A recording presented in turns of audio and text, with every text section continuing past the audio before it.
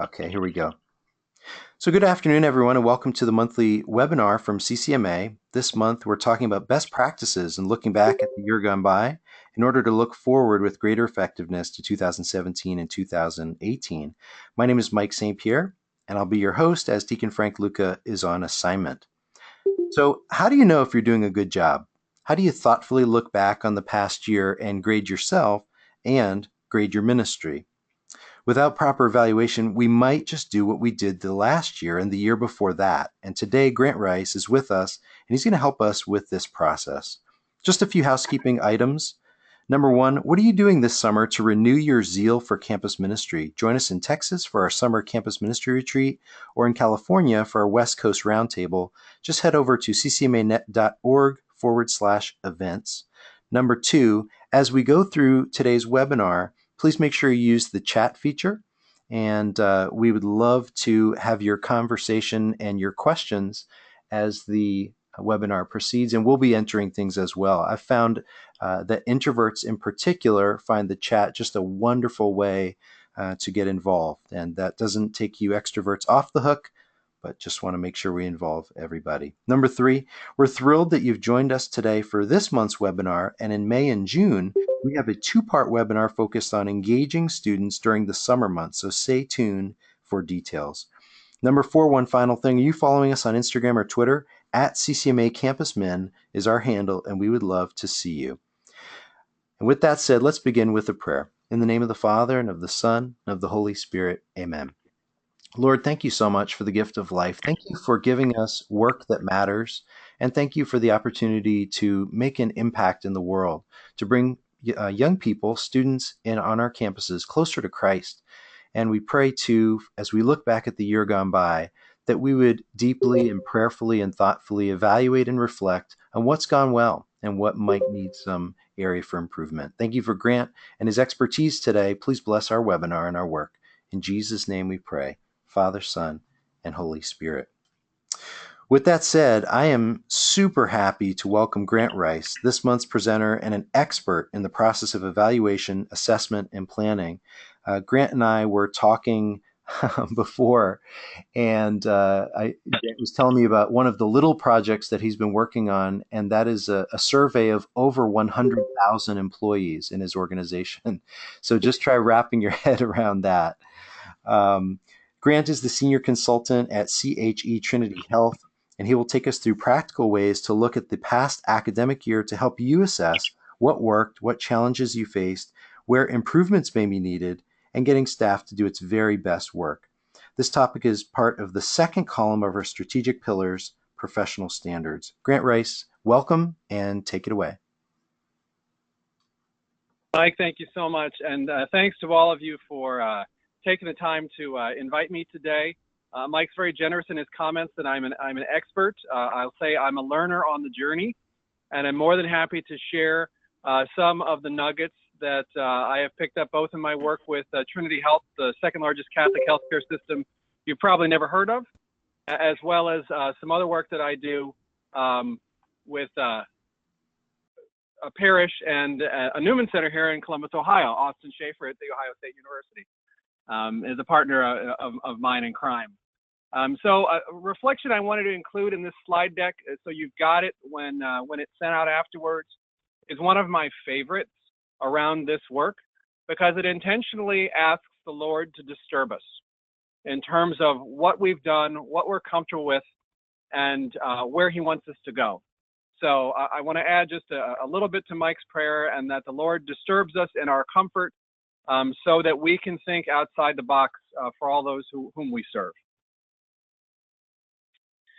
I have been very fortunate to be involved in campus ministry for actually most of my life in one way or another, starting when I was a student at Marshall University in Huntington, West Virginia.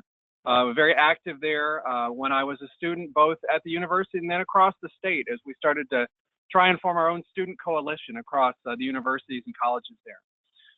Then when I moved to Columbus, Ohio, with my first job out of college, I was very tied to the Newman Center in Huntington.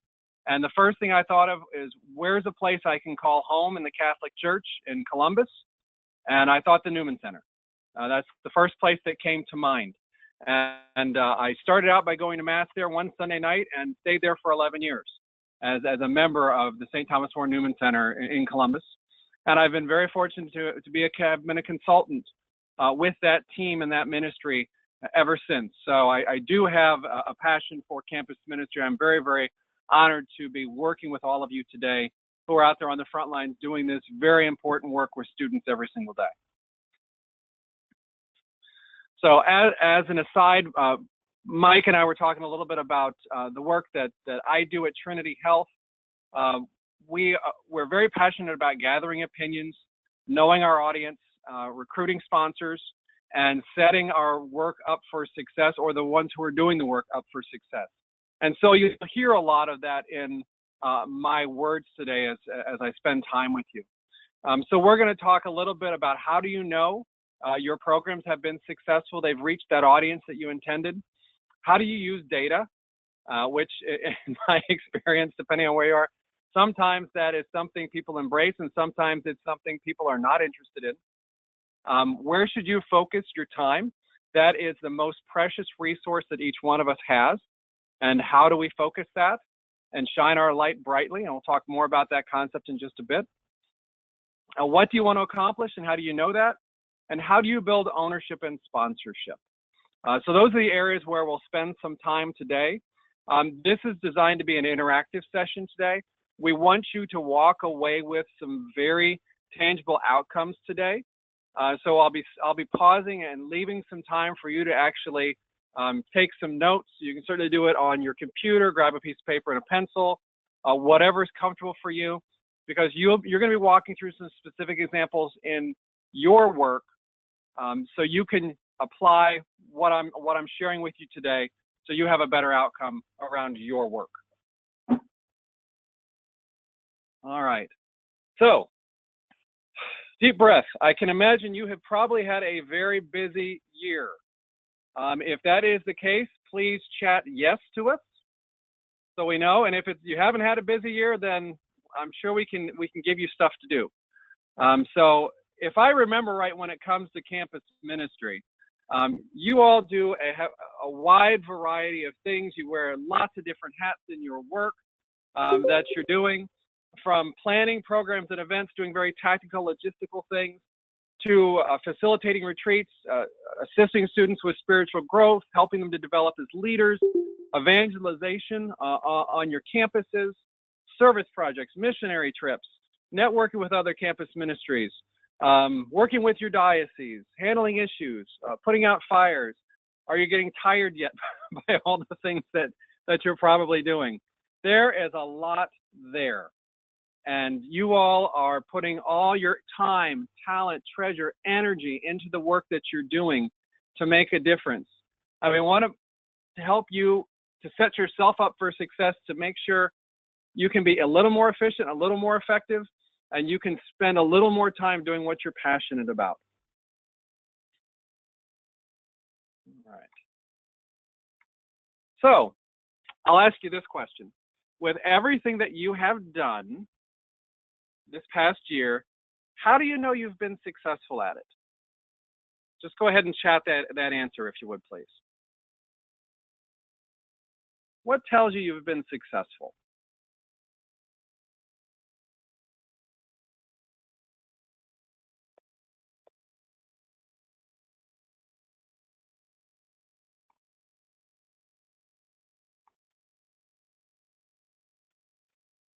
Okay, here's some that's coming in. Good. Storytelling, feedback. Good. So we're going to talk a little bit more about this because it's important that you're able to share that story and share it in a very comprehensive way. So I want you to do a little role play here. Okay, so let's pretend that the bishop in your diocese knocks on your door of your office and says, "Hey, thanks so much for all the work you're doing. I'd like to know more about your program and your work. Can you make a case as to why I should support it? I've got an extra $50,000 out of a diocesan budget I want to do something with. Help me understand what you do and why I should give it to you." What would you say to that bishop?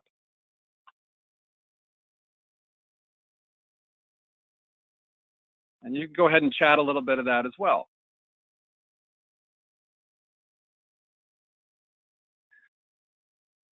The first thing I might say to the bishop is, how did you get to my office? Oh my gosh, it's great to see you.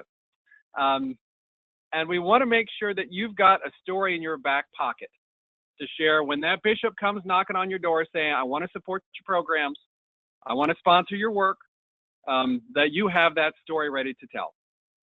So think about what metrics you could share. We've had 1,000 students come through the door this year at the spaghetti dinners we've done on Sunday night. It's a great program for evangelization and outreach.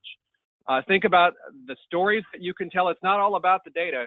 It's about, for instance, Buckeye Awakenings, which Austin is in charge of at Ohio State. Very transformational. Students can't stop talking about it. I'm in one of the outlying parishes in Columbus. We hear about it from families who have students at Ohio State. And these stories are very, very powerful. And then knowing what's your vision. What's the vision for this particular project? What's the vision for your ministry? So you can articulate that whenever you need to. And then how you're taking steps to make that vision a reality.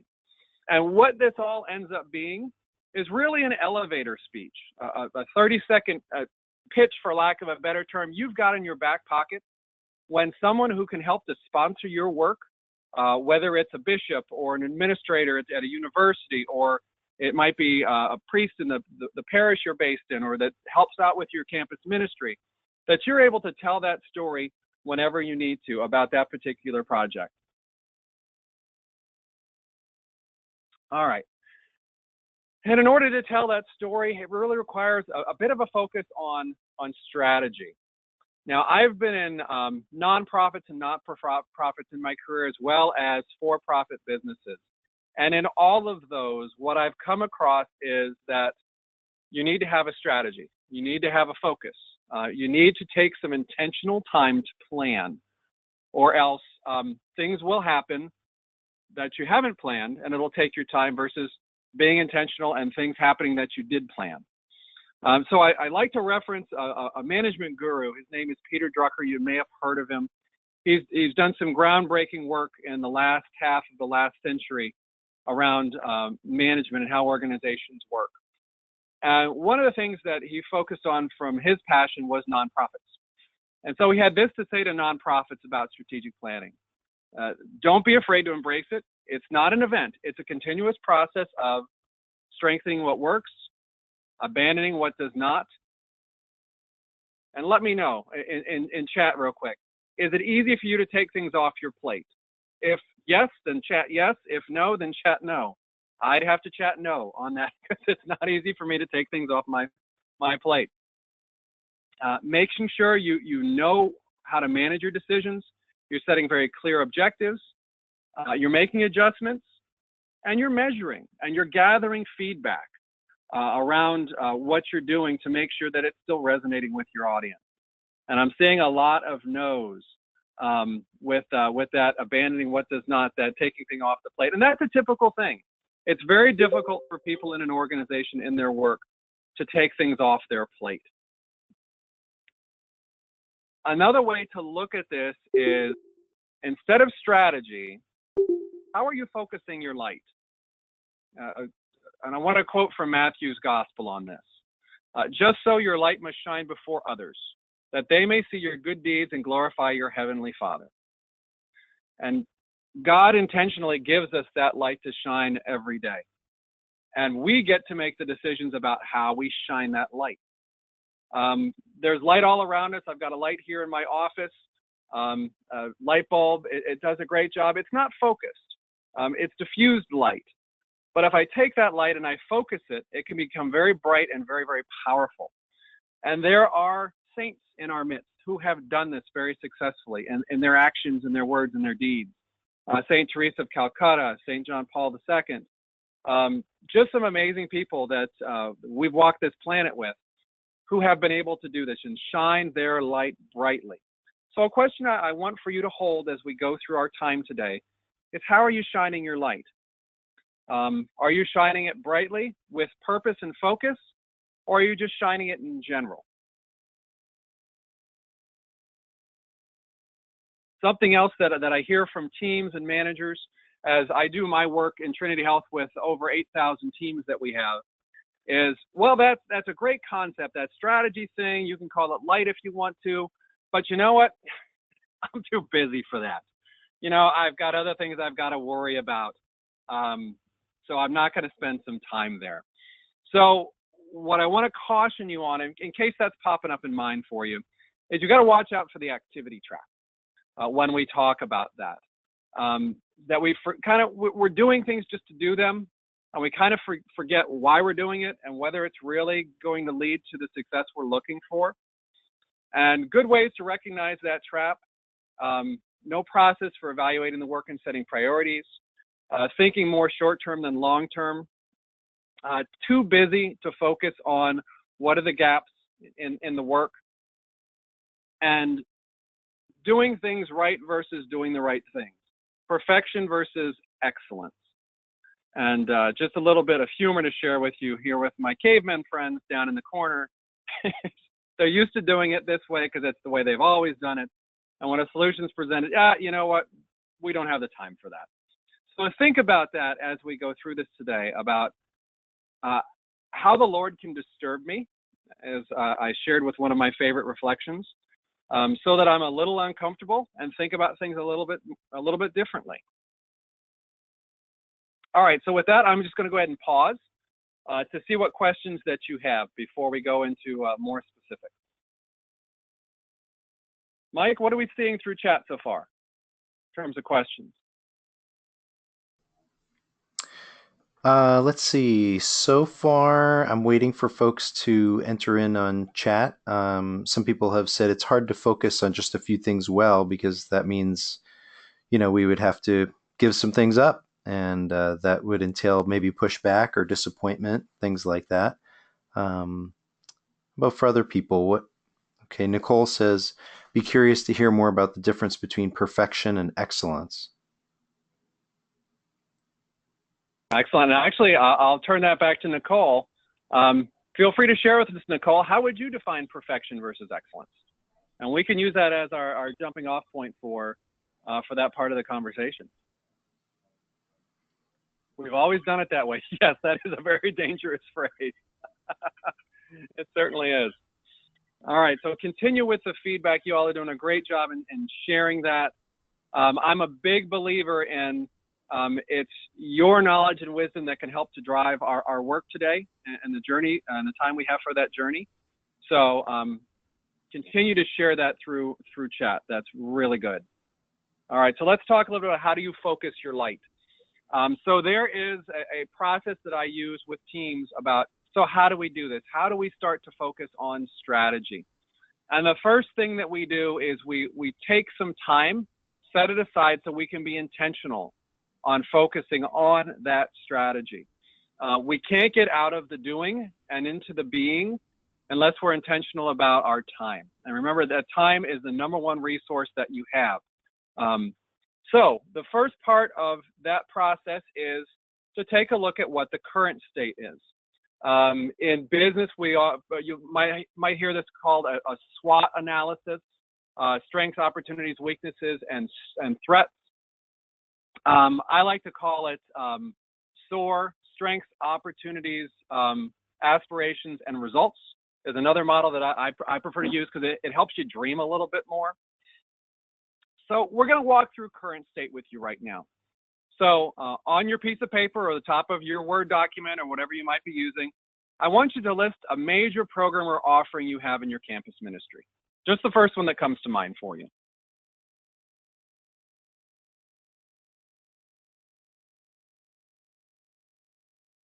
All right.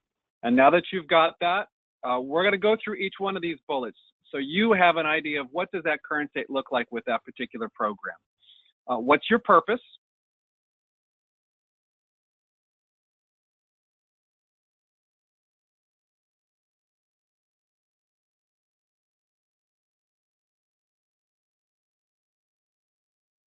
And who is involved?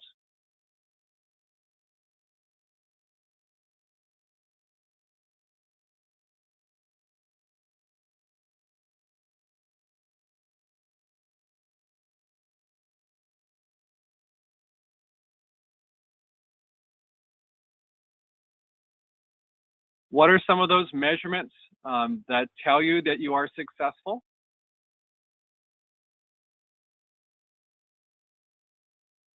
And that can be both qualitative and quantitative. So it can be stories, it can also be actual metrics. Hey, Grant, quick question for you. Yeah. Is this an exercise that you would recommend a campus minister does individually or with the rest of his or her team? Does it have to be an either or? Can it be a both and? And then also, I have a question from one of our listeners. How does one not get tied up in the numbers game only when assessing programs? That's probably a pressure that a lot of our supervisors have for us. You know, what are the numbers results? How do we give an honest answer to that without it just being about the numbers? Really good questions, and continue down this bulleted list, and I will go ahead and answer those questions. So with this kind of a process, it works. If you are the only person in your organization, hey, great, wonderful, you can certainly do this. The more people you can bring together who have a stake in this, either sponsors or people who actually do the work, or even your audience, customers, if you want to call it that. That's what we call them in healthcare. We call them patients or customers. The better, to get those perspectives on what works, what doesn't. You may have a great perspective on, oh yeah, this is a great program, and your sponsor, let's say the priest that's helping to direct your campus ministry with you, thinks, oh, this is great, we're reaching lots of people. And then you find out from your audience, because you bring in a few students into this conversation, you find out, we're really not hitting the mark here with this. It can be very, very valuable information. So I would say, for a larger conversation about your bucket of work around campus ministry, pull in some of the stakeholders from those areas. So pull in some students who are involved. Pull in staff if you've got staff around you. Pull in sponsors that might be a part of your work. And you can actually go through this exercise with them. A couple of years ago, we did something like this at the St. Thomas More Newman Center, where we actually did bring in community members to provide feedback on, we're actually going through mission, vision, and values at the time. And the perspective they provided both for their resident community and for their students was so valuable to the process and can really shift your perspective. So I certainly would encourage that to be the case. And then, Mike, could you repeat your second question for me, please? Sure. Yeah. How do you not get tied up just in the numbers game? Because I know, a lot of us get that where, everybody who's a supervisor really loves to get data and numbers, and that's not a bad thing. But how do you have an honest answer to that without it just being about the numbers? So it's a good question, and we get that from our managers often when we do our surveys and give them results. It's all about the data. It's all about the data. Yes, it is partially about the data. Metrics are important, and there is more than just metrics where we can say, is this impactful or is it not? So in my work with Trinity Health, I was in a room with 50 top leaders of one of our divisions for an all-day retreat with them. And we talked about metrics and we talked about measurement. And the most impactful way that their thinking was impacted was we brought in family members of patients and a few patients as well to talk about their experiences. That time with those customers was more impactful than any data I could have put in front of them because they realized the intangibles. They heard the stories of lives being changed through good service and wonderful work. And I'd say that's part of the balance with your metrics. Is it's great to have the metrics, and you need to go a little deeper than that around, so what are some of the stories that we are hearing? You may be getting 15 people that come to a Bible study, and you may not realize that they're so excited about that Bible study that they go out and they talk to 10 people during the week. And now they're evangelizing with other people through stories and sharing their experiences. And you want to be able to capture that as a part of any evaluation or assessment that you do. Does that help? Yeah, I think it's very helpful. Thank you, Grant. Absolutely. Absolutely. So I'm going to trust that You have finished these items as I was talking, and we'll go on to our next slide, and we'll talk a little bit about ideal state. So let's dream a little bit. That's very important in this work as we think about what's possible. You know, what's the ideal here? So that program that you assessed in that current state, let's dream a little bit about that program. What's your vision for that program? And what kind of objectives do you want it to achieve? So let's start with those two. And go ahead and jot that down. Dream a little bit about this.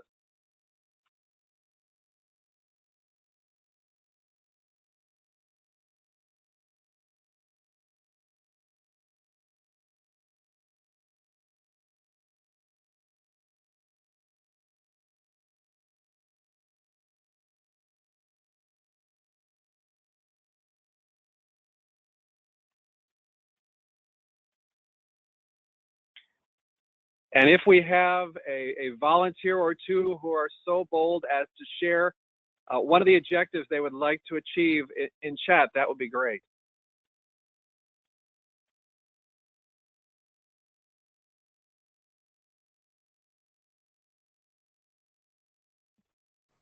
Don't be bashful, folks.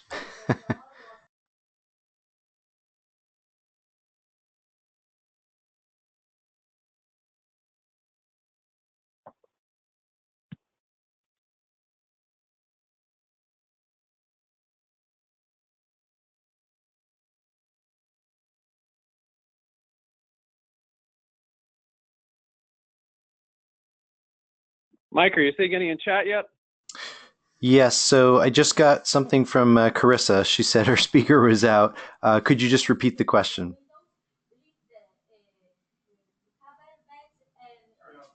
Yeah. Absolutely. So go ahead and share an objective of, as you're dreaming about the ideal state for that program, go ahead and share one of the objectives you'd want to achieve.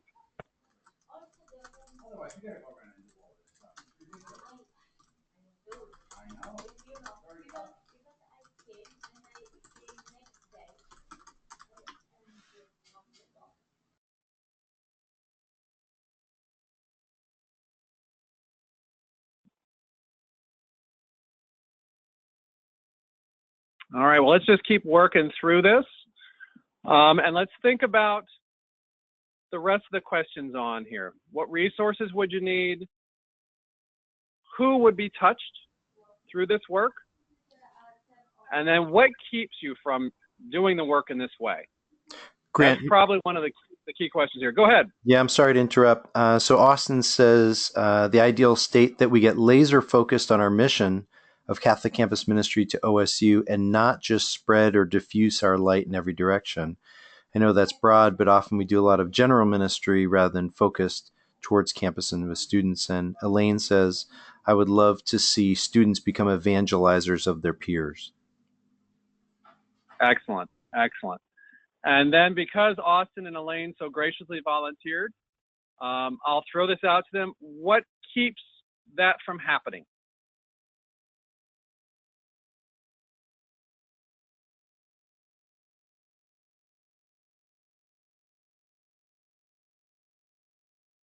So feel free to go ahead and chat that if you would. And Carissa says this may be elementary, but for our campus right now, the objective is to really just get students to start engaging with their own spirituality, even if it's on a very basic level. That's a profound step there. Elaine says at this community college, many students are very, very passive.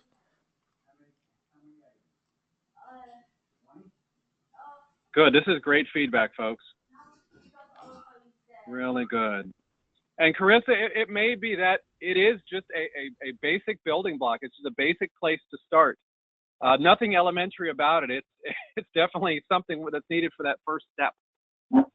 So really good.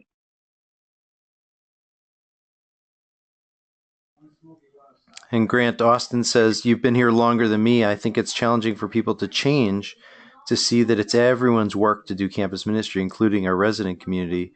We're not here just to be the best parish we can be. And that can be a tough balancing act. Oftentimes, especially in parishes and in the Catholic Church and campus ministries, I would imagine, these days, people are showing up with a perspective of what's in it for me, without more of a consumer mentality. So unfortunately, a lot of times that initial thought is me rather than others. And how do I serve versus being served? So that's a perspective that we deal with in healthcare quite a bit, and that I know is in my parish and in others that I've been in. So that's certainly something that we're going to struggle with. All right, so let's go ahead and keep moving and continue to share your feedback and your questions. So second part of this is to know your audience.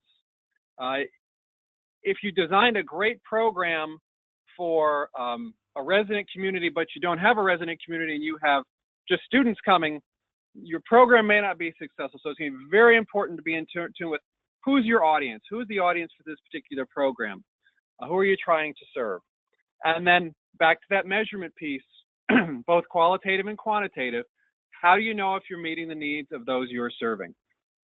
What kind of conversation are you engaging in with those folks to make sure that their needs are being met? We have a concept that we work with in my work in Trinity Health.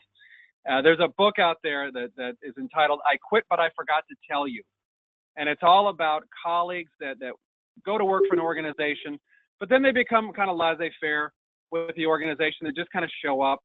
They're just kind of there to go through the motions because of maybe some relic of tradition or something like that keeps them there. And I think we encounter that often in the Catholic Church, is people they're just kind of there, as we're pointing out in chat a little bit, and we need to engage those folks a little more to find out what are your needs and how can we do a better job of meeting those. There's a concept I want to share with you from Jim Collins in his book Great by Choice that can help you to focus your time a little more readily. And the concept is called fire bullets and then cannonballs. And what he puts forth is that in the organizations he has researched who have been successful and not successful, the successful ones test the waters first. They do small test projects or gather some data from those that they're wanting to serve to determine if what they have planned is on mark. And then when they determine it is, then they can go full force with that particular project. If they determine it's not, then they'll back away from that and they'll say, okay, maybe we need to go in a different direction. So always a good opportunity to test the waters a little bit, to gather a little data before you do something to make sure that you're more on the mark. All right, so sponsorship. This is big in organizations, and in campus ministries, depending on your design, it may be more impactful in some than others. And it's key. The folks who are leading the organization, you want them to be on board with your work. And according to the ProSci organization, who is one of the leaders in change management in the United States, and the research they have done for the past 20 years, is they've determined that the #1 key contributor to the success of any kind of change initiative of doing things differently in an organization is active and visible sponsorship. And that could be from your bishop, if your bishop is one of your primary sponsors, from the priest who comes from the local parish and offers time at your campus ministry or association. It could be your team in your campus ministry, some of the students. It just depends on what your project is. And you need to have that effective sponsorship, or else things are not going to move in the direction that you want. It's amazing how difficult the work can be if you don't have a sponsor on board. And so it's important to keep that in mind, to identify your sponsors, to engage with them often and communicate readily, and to make sure they're not just to sponsor in name only. A lot of times it's a matter of sitting down with the sponsor to define the role and what that looks like, what support they would get from you in that work, how you want them to be visible in how they're doing that work. So let's just do a quick little poll. Let's think about the sponsors of your work, and I want you to give them a grade. And don't tell us who they are, of course, but I want you to give them a grade. Scale of 1 to 10 in chat. Let us know. 1 is not interested. 10 is all in as a sponsor. Where do your sponsors fall in that range?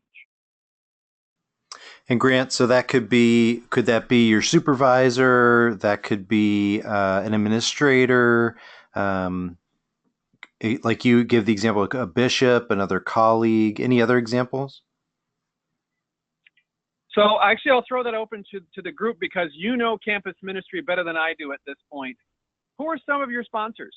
Or who are some of the folks you would consider to be sponsors in your campus ministry?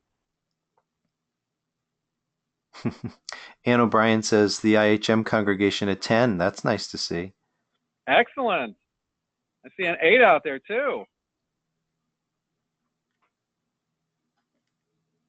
Another 10. All right. Fantastic. Fantastic. So for those of you who have given us 8s and 10s, how are you engaging those sponsors? What kind of things are you doing to make sure that they can continue that strong sponsorship? Go ahead and chat and let us know.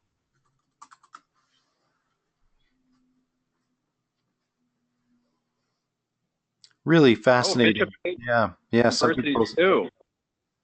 were missing on the sponsorship of students. That's interesting.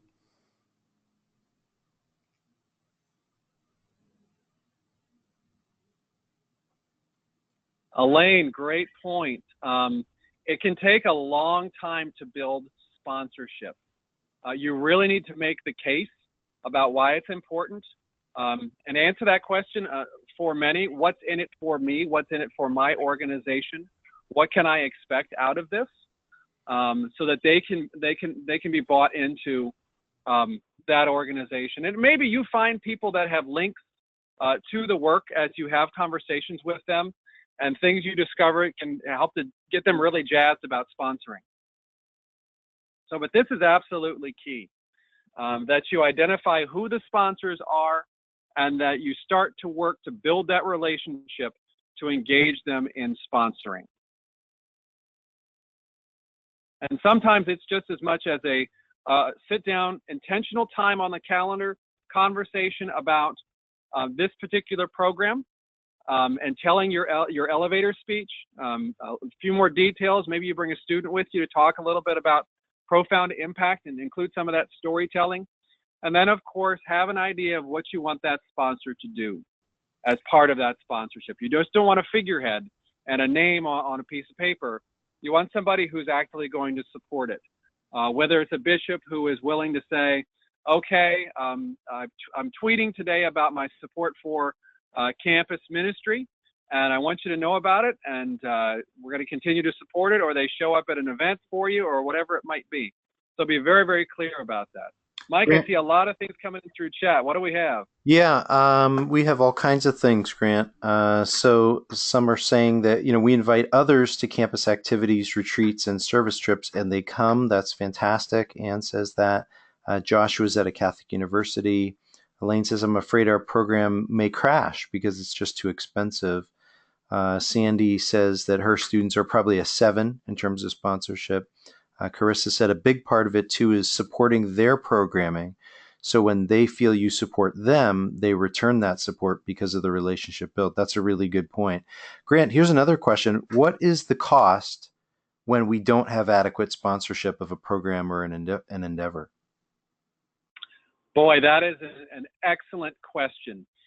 If you don't have sponsorship, it costs, there's an opportunity cost there, both with what you're not achieving, and that's hard to quantify. But then there's also the cost of your time, your talent, and the resources that are going to that particular project. So it's something that you can certainly assess. You could do a quick assessment in terms of dollars, but it might be more effective to do it in terms of hours. And just think about, so how much time did we spend on, I'll just say, student breakfast that we did this past year. We had 10 of them. And each one took about 30 hours to put on, so we spent 300 hours in that. We really didn't have any sponsorship for it. Our sponsor said, yeah, it was really not a big deal. I don't see that it's having an impact. So that's 300 hours we've spent. And we spent a third of that, really trying to make the case and to work through issues because we don't have the sponsorship. So you can do a quick assessment, and it's an estimate, and I would say it as such, just to get a feel for the impact that's having on your time. And you can certainly have that conversation with your sponsor that says, because we haven't gotten the level of sponsorship that we need in this project, we think it's impacted us in this way. And can you recommend some other folks that might be able to help sponsor this so we can move the work along? Or if you have some other influential folks that are a part of the project, you can touch base with them and say, I'm having some trouble with our sponsor, getting our sponsor to buy in more. It's taking more of our time. What thoughts do you have about how we might be able to bring that sponsor around and change that perspective a little bit? Yeah, that's really so it's important really, also. Go ahead. I'm sorry. yeah, it's fantastic. Sometimes you have to push through, and sometimes they might say no right now, but it might be a yes later. They can point you to somebody who could be a better sponsor.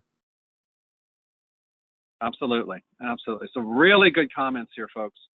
Really good comments. So I want to take us on from sponsors because I'm looking at time. I want to make sure that I honor the time. And when it comes to measurement and goals, there's a methodology called SMART methodology. You may have heard of it. It's known, that I wanted to cover here with you today around how are you setting your goals? How are you setting yourself up so you get some of those measurements and you can gather some of those stories? And part of that sponsorship conversation is making sure that the message that you are giving, that you're sending, follows the SMART methodology, that it's specific, it's measurable, the goal is attainable, or the one you're pitching is attainable, it's relevant to the organization, and it's time bound. So knowing this, that's how we want to build our goals, that's how we want to structure how we talk with sponsors. We'll do a quick activity on the next slide. And I have a goal here that I want you to rewrite using the SMART methodology. So the goal as it is now is to be the best campus ministry ever by recruiting a bunch of students on campus. Wow, that sounds great. And I want you to take that and I want you to restructure that following that SMART methodology: specific, measurable, attainable, relevant to the organization, and time-based. And you can just go ahead and put that in the chat window and share that with us so we can get a feel for how would you reorganize this goal. Grant, as people are putting things in the chat, the specific one is very important, isn't it? Because I think a lot of times we resist that. It's easier just to be general or vague. It is. And depending on what kind of personality style your audience might be, you've got analytical folks, you've got folks we call drivers or rulers that like to get things done, you've got your entertainers, you've got folks who we call loyalists who are loyal to the organization. They take that data differently. So for folks who are analytical, they're more in that loyalist place. They like time to process. They like things to be very specific. They like to know exactly what to expect. And for those that are in that, what we call a driver or ruler, they like to get things done and get it done quickly. They like to know who they can count on, what the outcomes are going to look like. So they want the specificity assists in actually 3 out of those 4 personality styles to help to communicate that message and put them a little more at ease that you have a good, firm understanding of where you're going with this particular goal. Okay, that's helpful. Elaine says maybe one way to rephrase this is to get 50 more students involved in coming to Mass by the 7th week of the semester. Elaine, I like it. Well done.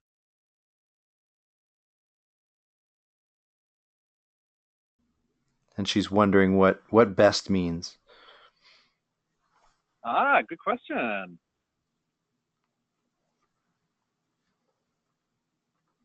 How about others? Would anyone else take a shot at this in terms of using SMART to rephrase this? Anne says, assuming you have a baseline, increase student engagement by 10% in the 2017-2018 academic year. That's definitely a good start. What I would give feedback on there Anne, is what do you mean by student engagement? And maybe being a little more specific on what that could look like. And But a that's really good start. yeah, that's definitely a conversation for a group of folks because engagement, you're right, it can mean different things to different people. Sandy says to increase student participation in campus ministry, i.e., mass, social events, service programs, faith groups, by 20% during the next academic year. Good, good. That's definitely a good start. And I took a shot at it myself at the bottom of the screen to become a top 5 campus ministry as ranked by CCMA. Our first step is to hold 5 student recruiting events from September through November 2017 with the goal of reaching 100 students. And then just for fun, I put a little bit more on the next line, just around some tactics. Excuse me. All right, good work, everybody. All right, so we'll talk just a little bit about measurement here. Sometimes we've got some difficulty translating measurement. That's a business thing. That's not a nonprofit or a not-for-profit thing. It doesn't make sense in a ministry setting. So know that perspective is out there. You may have encountered it already. I think we've spent a lot of time on the sponsorship piece already. So just keep it in the back of your mind, as Peter Drucker tells us, that what gets measured gets managed. It gets focus on it. It is not just the metric or a piece of data you collect that's a number, but what the measurement can also be that story. It can also be that intrinsic value that you unlock and you include in that storytelling that you do. All right, so we talked a little bit on the front end of the call about how do we take things off the plate. And so one of the exercises that I would encourage you to do is one called Start, Stop, and Keep. And we're not going to go through this today. It'll be in the slide deck that Mike, I'm assuming Mike's going to send out a slide deck. More than happy to give it to you, Mike, so you've got it. Sure, yep. And so this is something that you can walk through both for yourself, and if you get that larger team together to start walking through current state and ideal state, you can certainly talk about this with them. Now, I will warn you, this is a difficult conversation to have for a variety of different reasons. People are very passionate about what they do. It's very easy to hold on to something that you've done because you've done it that way for a long time and you're passionate about that. And it may not be where the organization needs this to be. So there's going to be what we call some resistance as a part of that conversation. Resistance is not a bad thing. It's just a place of asking questions. So the main points of this is, what should we start doing and why? What should we stop doing and why?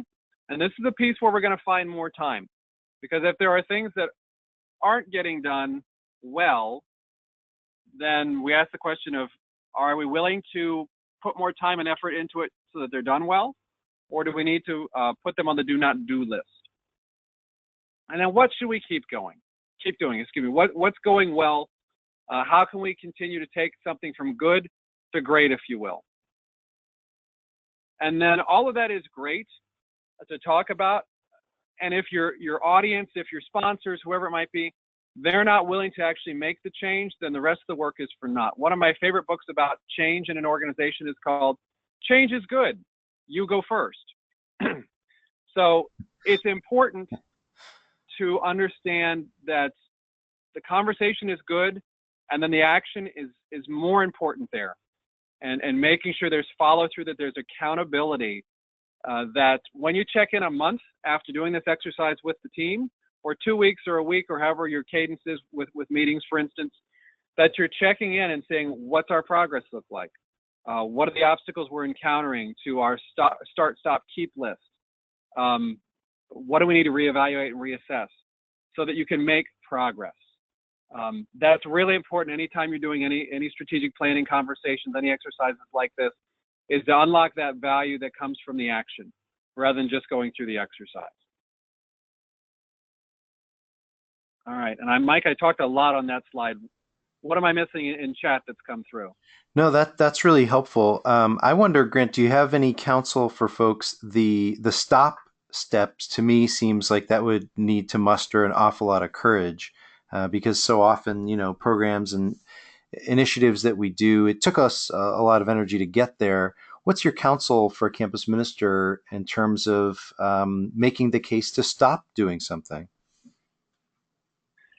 Oh, it's a good question. And so one of the places that I like to come from with that perspective is thinking about being versus doing. And I know he didn't say it directly, but St. John Paul II often talked about how in society we're so interested in the doing part and we're not interested in the being part. And I look at that and translate that a little bit around focus, around where do we want to shine our light?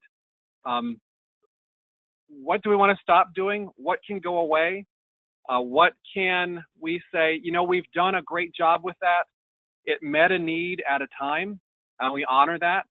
And now it's time to let go of that, and it's okay to do it. Part of that is in giving yourself permission to let go of something.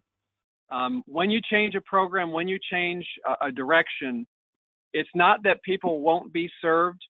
It's that they will be served in a different way, and that you will still help to feed them from a spiritual place, for instance. It just might look different. It may not be Bible studies on Wednesday night in campus dorms. It may be a Buckeye Awakening 4-day retreat that we do twice a year. So there's a lot in there about being okay with letting go of things and knowing that what you're going to do is still going to have an impact, even if you change how you do it. That was probably a very long-winded way to answer your question. No, that's helpful. Thank you so much.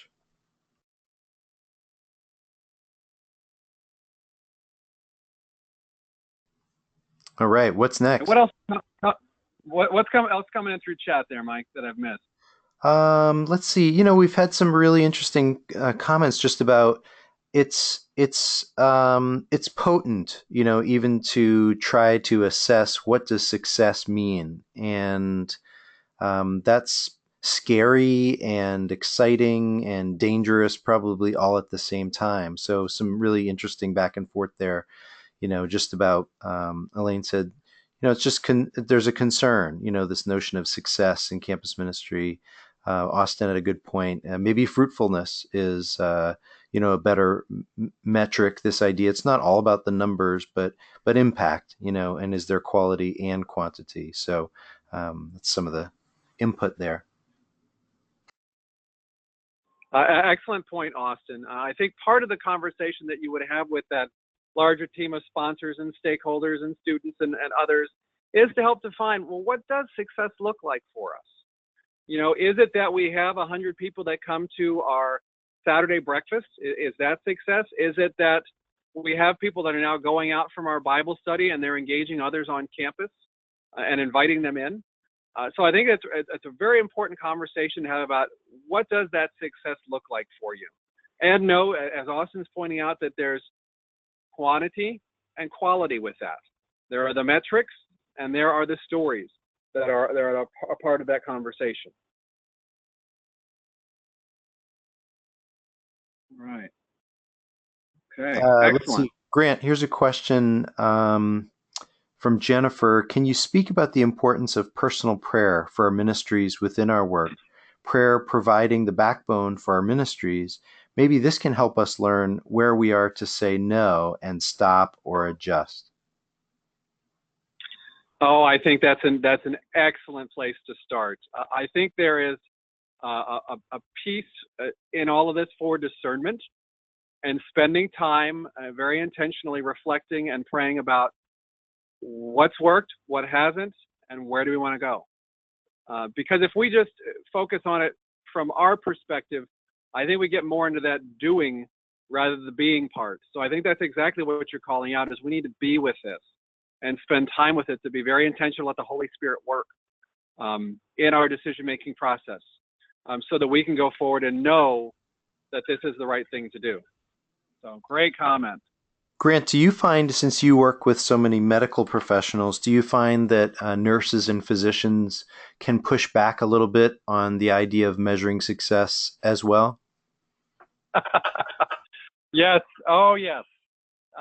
We have managers, executive nurses that push back on data and the story that we tell them about their own teams and own organizations, even when we're right in front of them with the actual data. So that happens. You're going to have people who say, no, that doesn't happen here, even if you show them the data that says that it does. And when that does happen, what I would do is suggest sitting down with them and getting a better understanding of their perspective. So why don't you think that's happening here? What are some things that are telling you that maybe it's not, and maybe we're doing a good job, we're doing a better job than we thought? What do you feel is the most impact we're having through our ministry and our work? So I would engage them in that conversation so you can get more into the why behind that initial resistance that they are demonstrating. Great, thank you.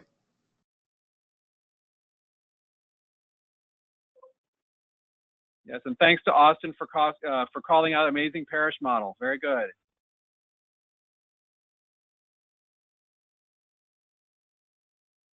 All right.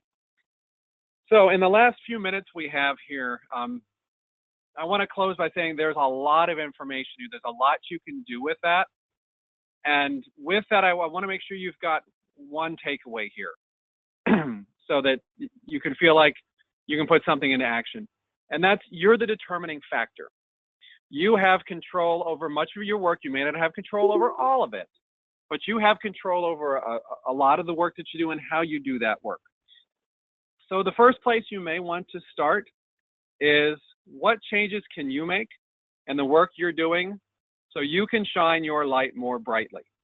Maybe it's that you sit in prayer around start, stop, keep, and you figure out, okay, we want to do this new program for the fall. How are we going to make some space for that? Maybe it's that you start using both quantitative and qualitative ways to measure a program, or you're going to go and have a conversation with a sponsor that you want to have a more regular cadence of communication with. So think about what's that one thing that you can do so you shine your light more brightly in the work that you're doing.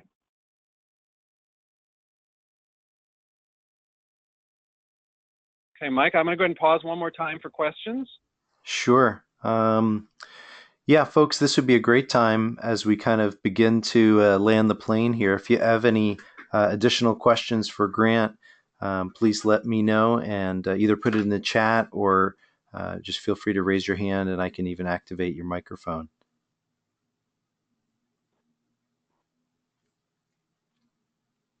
Yeah, just a lot of folks echoing that sense that prayer is so, so important. It's just so easy to go from one thing to the next, one meeting to the next, one event to the next, without just having that tiny little moment of courage to pray and pause and take a breath. So Elaine says, that wonderful quote, prayer without ceasing. Just that's never going to be a phrase that goes out of style. It's a wonderful perspective that you all are bringing to this. That we can't get it done without that. So thank you for that. All right, and I just want to say thank you for letting me spend some time with you today and the amazing work that you are doing. Know that we'll be praying for you, that my family will keep you in our prayers. And feel free to reach out if you had questions about anything from the presentation today. My email address is on the screen. It'll be in the presentation that goes out. Feel free to reach out and let me know what your questions are. Grant, thank you so much on behalf of CCMA, those that are on the call, and those who will listen and watch this on YouTube in the coming days and weeks. We're extremely grateful. You've brought a sense of professionalism and expertise, but also a lot of heart. And I think that definitely comes through and resonates with all of us. So thank you so much to all of our participants. Thank you for taking the time out of your day. And you'll be able to share this with some of your colleagues in ministry or others that would really benefit from this. Just keep an eye out from your email. Krista and I will send out that notice when it's updated. Stay tuned for our next set of webinars again for May and June. It's a two-part webinar looking at how do we stay engaged with students and stay in touch with them in the summer months, which can be sometimes difficult. Last but not least, just a reminder that we pray for you and for your particular needs every Thursday as a staff. So between me and Krista and the team in Cincinnati and Father Chris, we always mention you in prayer when we get together for our Thursday phone calls. So whether it's on Facebook or you want to send Krista or myself a private message, please know that we take your intentions to heart. It really means a lot to us, and we want to be as united with you as possible. That's all for today. Again, thanks so much. Godspeed, and let's be praying for one another.